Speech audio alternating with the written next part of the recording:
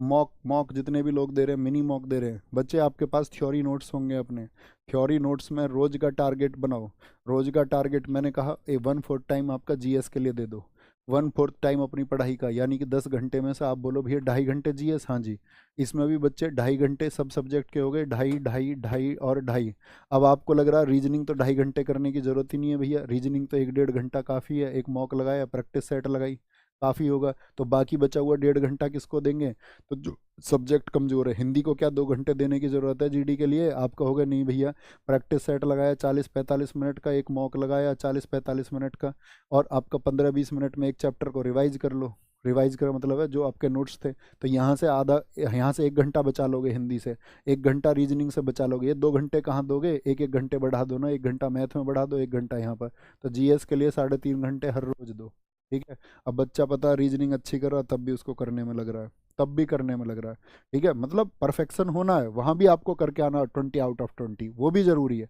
लेकिन सबसे ज़रूरी चीज़ क्या है? इन 3.5 घंटे में अपना जो साथी नोट्स है ना, अब जैसे प्रैक्टिस सेट लगा लिया, प्रैक्टिस सेट लगा लिया, बाकी बच्चों का मुझे पता नहीं, जो मेरे लिए आपका अगर मैं बात करूँ यहाँ पर निर्भर है, तो मैं उन्हें बनाऊँ, तुमने प्रैक्टिस सेट लगाया, ठीक है, और साथ में प्रैक्टिस सेट आपने लगा लिया, 1 घंटा गया आपका इसमें, ठीक है। बचे 2.5 घंटे में क्या करोगे? बचे 2.5 घंटे में दोस्त अपने जो थ्योरी के नोट्स है ना उनको रिवाइज करो स्कैन टेक्निक से।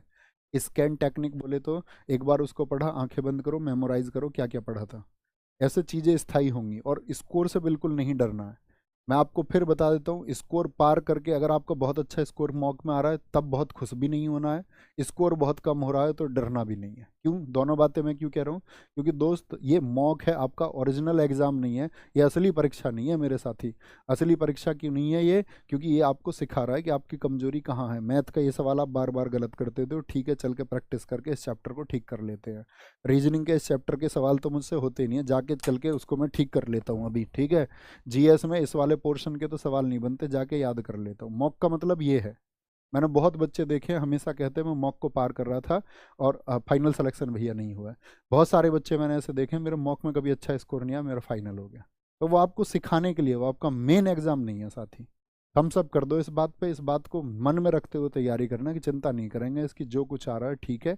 बस ये देखेंगे मेरी कमी मॉक के अंदर ये है, मेरा जो सिलेबस है फिक्स सिलेबस, जो थ्योरी में मैं पढ़ चुका हूँ उसको एक बार रिवाइज कर लेता हूँ, जो जो प्रैक्टिस सर ने बताई हुई है लगा लेते हैं, क्योंकि दोस्त आपके हित के लिए है। उसी से रिजल्ट बनाए हैं। आरडब्ल्यूए ने हमेशा बच्चों को सही तरीके से गाइड किया है। यहाँ हर दूसरे तीसरे दिन स्ट्रेटजी की वीडियो नहीं आती, ऐसे पढ़ो और वैसे पढ़ो।